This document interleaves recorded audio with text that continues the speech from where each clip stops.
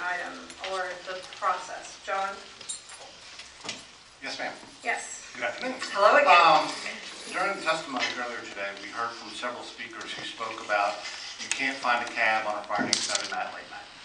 My question to you is, have other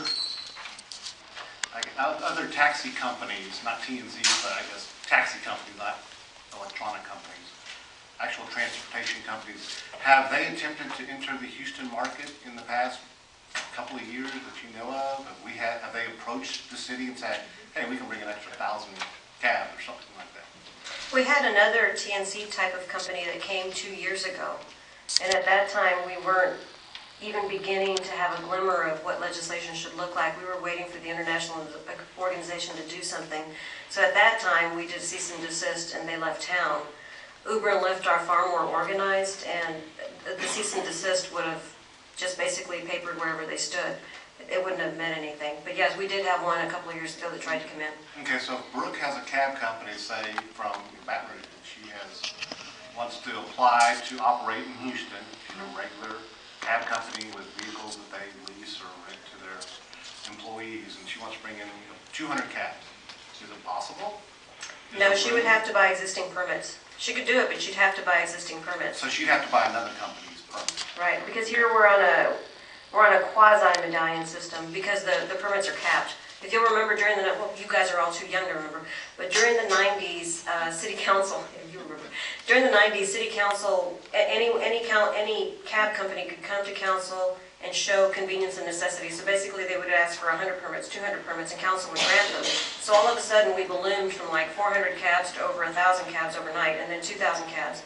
So in 1999, the ordinance was changed to put in the current formula that's there that takes your increases in population and increases in airport trips, and it caps the number of permits by those increases. So this year, for example, we're going to be announcing that there's going to be about 152 permits issued, which we'll have to distribute next year according to the formula that's in the ordinance.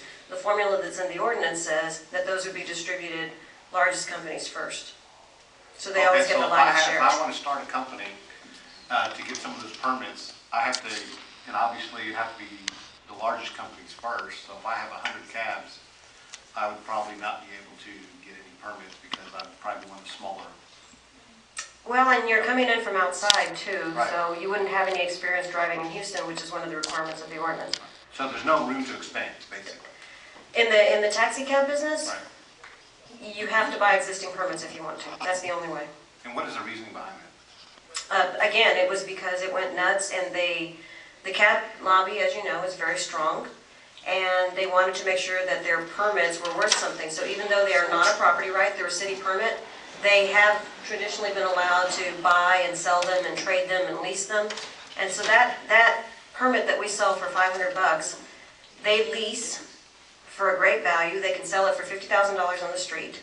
And so that is why there's a cap on them, and that's why there's this sort of fictitious, not very rational shortage of them.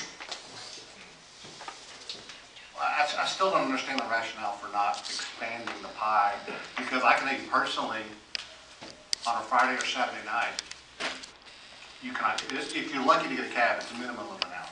Right. So you think you'd expand the number of vehicles that are out there. Except that the formula only takes into account population growth, airport trip growth. There has never been any way to measure that demand on Friday night. One of the reasons that we asked Dr. Cooper to come in was, tell us what demand is someplace other than the airport. It's easy for us to get at the airport. None of the cab companies have systems in their cars, including Yellow Cab, that'll tell you how many trips they're taking around town. If it's a cash trip, there's no way of knowing. If it's a meter trip, Yellow Cab knows, Lone Star knows. There's 143 other companies that don't know. So how do we know that we need additional cabs out there on a Friday or Saturday night, except anecdotally?